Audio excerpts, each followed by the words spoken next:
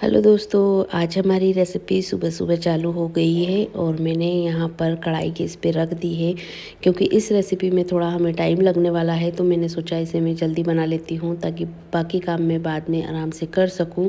तो यहाँ पर मैंने फुल फैट क्रीम दूध लिया है और ये 1.5 लीटर दूध हमें लेना है और इसे हम बर्तन में खाली कर लेंगे। इस रेसिपी में मैं आपको बताऊंगी हमें दूध से मावा कैसे बनाना है और कितने दूध से कितना मावा बनेगा और मावा से हमें मिठाई कैसे बनानी है।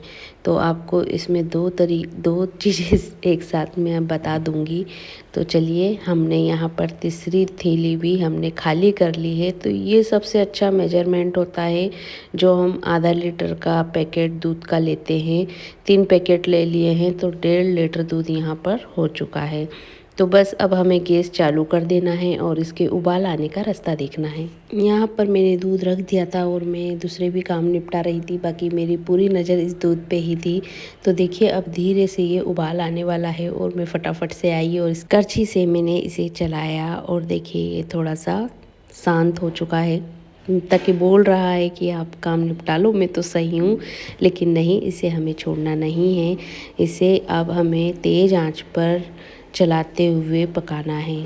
तो यहाँ पर आप देखेंगे चलाते हुए हमारे दूध की क्वांटिटी आधी हो चुकी है।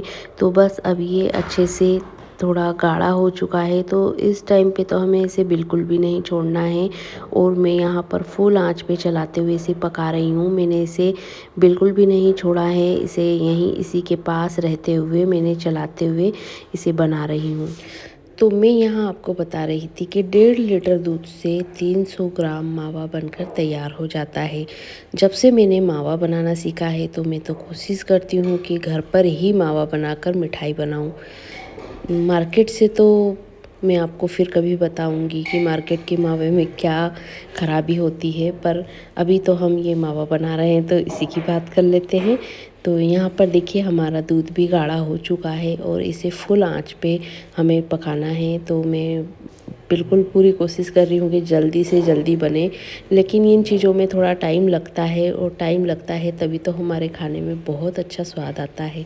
मावा को हम धीमी आंच पे रख देते हैं और सोचते हैं हम काम निपटा लें, तो उसमें क्या होता है, इस मावे में लच्छे बन जाते हैं और वो पूरी तरह से जो हमारा खोया मावा बनना है वैसा नहीं बनता है। तो आप भी इस चीज़ का ध्यान रखें। बिल्कुल, जब भी आपको कोई मिठाई बनानी हो तो आपके पास टाइम हो, उस टाइम पे आप मावा बना लें और उसके बाद ही इसे मिठाई में इस्तेमाल कर लें। या तो आप बना के फ्रीज में रख लें, फ्रीज में आप इसे 2 से 3 दिन रख सकते हैं, इससे ज़्यादा तो मैंने भी अभी रखा नहीं है। तो इसे हम बनाकर 2 से 3 दिन फ्रिज में रख लें और उसके बाद हम इसे काम में ले लें। तो इससे हमारा समय भी बच जाएगा और हमारे काम भी हो जाएंगे। और एक बात का और ध्यान रखना है, हमें यहाँ पर पैकेट वाला दूध ही लेना है। जो दूध वाले भैया दूध लाते हैं वो दूध हमें नहीं लेना है। तो ये देखिए हमारा मावा कुछ इस कंडीशन में पहुँचा है और इसमें हमने 2 चम्मच शक्कर डाली है। अब इसे हम लगातार चलाते रहेंगे। तो देखिए हमारा मावा बनकर तैयार हुआ है। बिल्कुल दानेदार मावा हमारा बना हुआ है, क्योंकि हमने इसे बिल्कुल भी नहीं छोड़ा और धीमी आंच पे नहीं पकाया है। तो यहाँ पर तो ये हमारा मावा पूरी तरह से तैयार हो चुका है। अगर आप मावा ही बनाना चाहते हैं तो ये देखिए इस कंडीशन में आपको निकाल लेना है, कढ़ाई से छूट रहा है, मतलब ये पूरी तरह से बन चुका है। लेकिन हमें तो इसकी आगे मिठाई बनानी है। तो यहाँ तक तो हमारा मावा बन चुका है, लेकिन आगे हमें इसकी मिठाई बनानी है। तो इसके अंदर हम डालेंगे 1 चम्मच घी। यहाँ पर हमने 1 चम्मच घी डाल दिया है और अब हम आगे की प्रोसेस शुरू कर देते हैं। तो इसे हमें चलाते हुए अच्छे से भूनना है और इसका कलर चेंज करना है जब तक कि अच्छे से गोल्डन ब्राउन नहीं हो जाता। और यहाँ पर मैंने घी डाला है। आपको भी बीच बीच में इसे जब जब ये बर्तन से लगने लगे तो आप 1 चम्मच घी डालें और इसे चलाते हुए भूनते रहें। इसे मैंने 3 चम्मच इसमें घी डाला है। तो मैं बस इसे भून लेती हूँ। अभी तक तो ये चिपक नहीं रहा है। आगे अगर ये बर्तन से लगता है तो फिर हमें 1 चम्मच घी और डाल लेना है। तो यहाँ पर देखिए ये चम्मच के नीचे का जो मावा है यहाँ पर दिख रहा है कि ये लग चुका है। तो इसमें 1 चम्मच घी और डाल देंगे और आपको गैस यहाँ पर धीमा कर लेना है और अच्छे से चलाते रहना है। ज़रूरत के हिसाब से आप तेज़ मद्धा करके इसे भून सकते हैं। बहुत ज़्यादा तेज़ आंच पे नहीं बनाना है, नहीं तो ये मावा जल सकता है। यहाँ पर भूनते हुए देखिए कुछ इस तरीके से हुआ है और अब मैं इसमें 1 चम्मच घी और डाल रही हूँ। ये देखिए ये कुछ लगने लगा था यहाँ पर मेरी गैस, लेकिन कोई बात नहीं, हमें इसका कलर अभी और चेंज करना है तो हम इसे चलाते हुए थोड़ा-सा और भूनेंगे। तो ये देखिए भूनते-भूनते कुछ ये इस तरीके से बनकर तैयार हुआ है। तो यहाँ पर हमें लेना है 1/4 कप दूध, जिसमें से 4 चम्मच दूध मैं अभी डाल रही हूँ और इसे दूध डाल के हम 2 मिनट के लिए और भूनेंगे। तो इसे हम अच्छे से चलाते हुए भून लेंगे। इसका टेस्ट बहुत ही अच्छा आता है, आप यकीन नहीं करेंगे।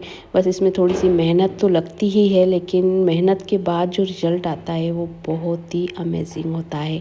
तो यहाँ देखिए हमारे 2 मिनट हो चुके हैं। अब जो बचा हुआ दूध था वो भी इसके अंदर हम डाल देंगे और इसे अच्छे से चला लेंगे, जब तक कि हमारा दूध पूरी तरह से इसमें सूख नहीं जाता है। तो इसे चलाने के बाद में ये देखिए कुछ इस तरीके से ये बनके तैयार हुआ है। तो बस ये अब कंप्लीट है और इसे अब हम किसी बर्तन में निकाल लेंगे। यहाँ पे मैंने ये बर्तन में निकाल लिया है और इसे अब हम ठंडा होने देंगे। जैसे ही ये ठंडा हो जाता है उसके अंदर हम डालेंगे 1/3 कप शुगर पाउडर डाल देंगे इसके अंदर हम। शुगर पाउडर डालने के बाद हाथों से इसे हम अच्छे से मिला लेंगे। तो यहाँ देखिए मैं हाथों से मिला रही हूँ। यहाँ आपको इसे पूरी तरह ठंडा करके ही मिलाना है। तो ये देखिए कुछ शक्कर में पाउडर मिलाने के बाद इस तरीके से बनके तैयार हुआ है। तो बस अब इसके हमें पेड़े बना लेना है। पेड़े बनाने के बाद हमने जो शक्कर का पाउडर है वो ले लेना है और इससे कोट कर लेना है। तो ये देखिए हमारे पेड़े बहुत अच्छे बनके तैयार हुए हैं। आप ऐसा ना सोचें कि ये जो वाइट शक्कर का बूरा इस पे लगा है ऐसा ही रहेगा। ये जैसे ही हम नीचे रखेंगे ये थोड़ी देर बाद इस शक्कर को ऑब्जर्व कर लेंगे और इसमें बूरा कम हो जाएगा। तो ये हमारा मथुरा पेड़ा बनकर तैयार हो चुका है। इसी तरीके से आपको सारे पेड़े बनाकर तैयार कर लेने हैं। तो ये देखिए हमारे पेड़े बन चुके हैं।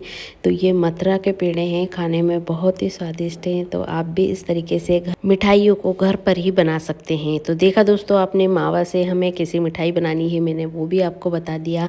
और आई होप आपको मेरी यह रेसिपी समझ में आ गई होगी। समझ में आई हो तो प्लीज़ मेरे चैनल को सब्सक्राइब कर लें, लाइक करें और मुझे कमेंट करके बताएं आपको मेरी बताई हुई रेसिपी कैसी लगी।